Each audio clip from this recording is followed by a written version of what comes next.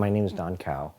I am director of Project REACH, which is a youth counseling, anti-discrimination, and youth organizing training center on the Lower East Side of Manhattan, on the east side of Chinatown. And my favorite thing about GAPIMNY, you know, I haven't been connected with GAPIMNY in a long time. I was one of the co-founders. And I think that one of the favorite things, I guess, about GAPIMNY at that time was that it provided Asian-only space for gay men, gay and bisexual men. I think the issue of trans people was not really, an issue that people were talking about at that time. But I think the thing that was particularly special about GAPIMNY at that time was there were three of us who founded GAPIMNY. John Manzon, who is Filipino, John Chin, who is Korean, and myself. You know, my background is Chinese. But I would say the first 6 to 8 people who came to the early meetings were of almost every Asian background. I actually feel that GAPIMNY started late because GAPIMNY was founded around 1990. And as we had talked about before, the earliest groups actually grew out of the first Lesbian and Gay March in 1979 and the People of Color Conference, which was that same year as well. So a lot of the groups had at least a 10 to 11 year jump on GAPIMNY. The groups in Toronto, in Boston, in Washington, and in Philadelphia. And so, and I think that GAPIMNY was also coming into being when groups like Asian and Friends had already been in existence, and in those groups, they shuddered to think that white people couldn't belong to an Asian group. So, in 1979 was the first national gay and lesbian march in Washington, D.C., which was very exciting, and I don't even know how I got down there, but I just knew I had to be there. But I heard that at this first big march in Washington, D.C. for lesbian and gay people, that there was going to be some kind of a people of color gathering, and it was sponsored by the, I think it was called the National Association of Black Gays, and at that time the word lesbian had never been incorporated, so it was the Association of Black Gays. But somehow they put the word out that other people of color could come. They made sure the conference was 2 or 3 days before the big march so that people could take advantage of coming to the march and doing something beforehand. And about 500 people showed up. I can't even remember where it was. It might have been, I'm not even sure if it was at a university. Anyway, it might have been at George Washington University, but it was the first time people of color around the country had come together, and it was largely black and maybe Latino. And I remember in the plenary session, as I said, there were 500 people. The plenary session, I spoke up and a couple other people spoke up and said, why were Asians not included from the very beginning? You know, why do we always kind of come into these things and we're forgotten, we don't have as much resources as you guys do, blah, blah, blah. And they couldn't really answer us, but they definitely wanted us to be there. And I called for a caucus of Asian, lesbian, and gay men. And actually 15 people were there. I mean, I had seen some of them, but I had, I just didn't know where they were coming from. I asked for a caucus, and we actually separated from the conference, and it was the most phenomenal meeting ever. It was like 15 people from California, from the West Coast, from the East Coast, all over, from Toronto. Richard Fong, who's done the first film on gay Asians called Orientations out of Toronto, and also did the first film on Asians with AIDS. It's called Fighting Chance.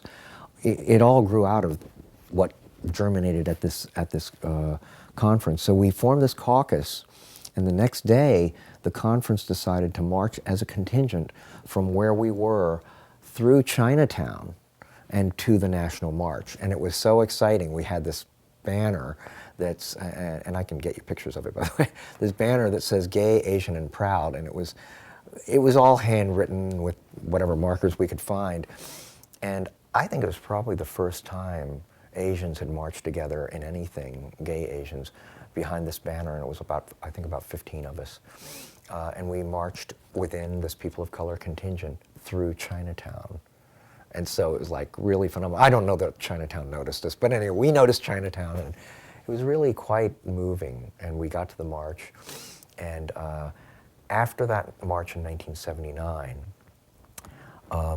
groups formed, gay Asian groups. Some were just Asian men's groups, gay Asian men, and some were Asian lesbians and men, grew in Toronto, Boston, Philadelphia, and Washington, D.C. So they all formed their own groups. I didn't form a group, but I was probably one of the people who kind of kept in touch with everybody. So I always knew what was going on in Boston, Toronto, Philadelphia, and Washington. 1987, we got to the march, the National Gay and Lesbian March in 1987. All the Asians started collecting at the Asian contingent, and the Chicago group came with these white sweatshirts with hot pink writing. I think it was that, or hot pink with white writing, probably the other way. White sweatshirts with hot pink writing, using our slogan from the banner, Asians, Gay and Proud.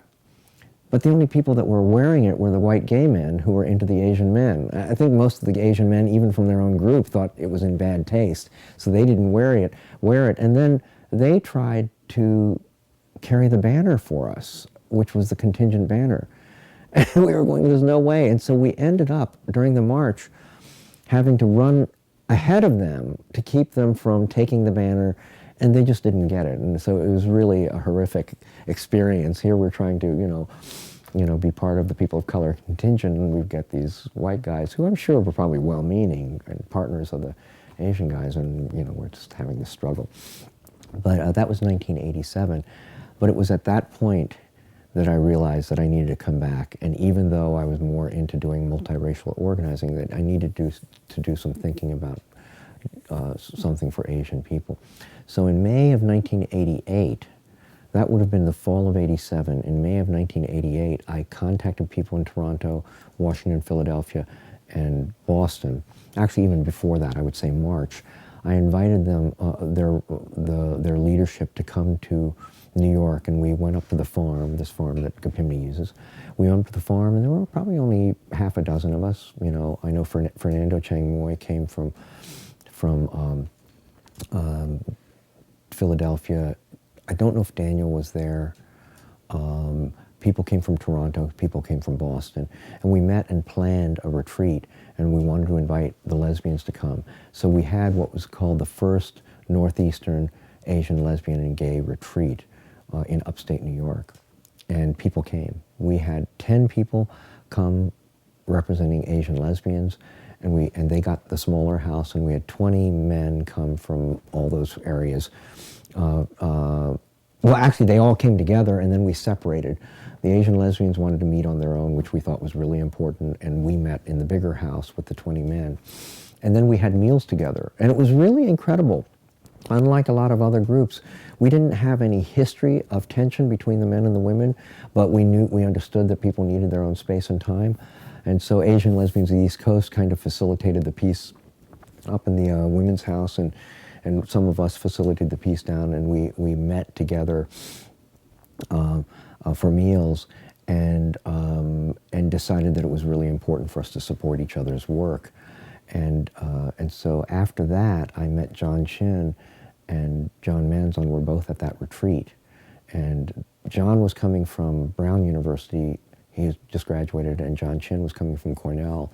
And I asked him, I said, well, when you guys get to New York, you want to help me start an Asian group in New York? I mean, it doesn't make sense. Like, I'm representing all of New York at these meetings. And they said, yeah, sure. So that's when we started meeting at Project Reach. We had our first meetings, for GAPIMNY. I think GAPIMNY has been a really important force here in New York City. And for all the internal issues that I think GAPIMNY has had even when I wasn't there, or when I was there, it's always played an important role in the lesbian, gay, bisexual, transgender, and now intersex community within New York City. And I just think that it's really an important institution that needs to continue and needs to continue to be a force within the community.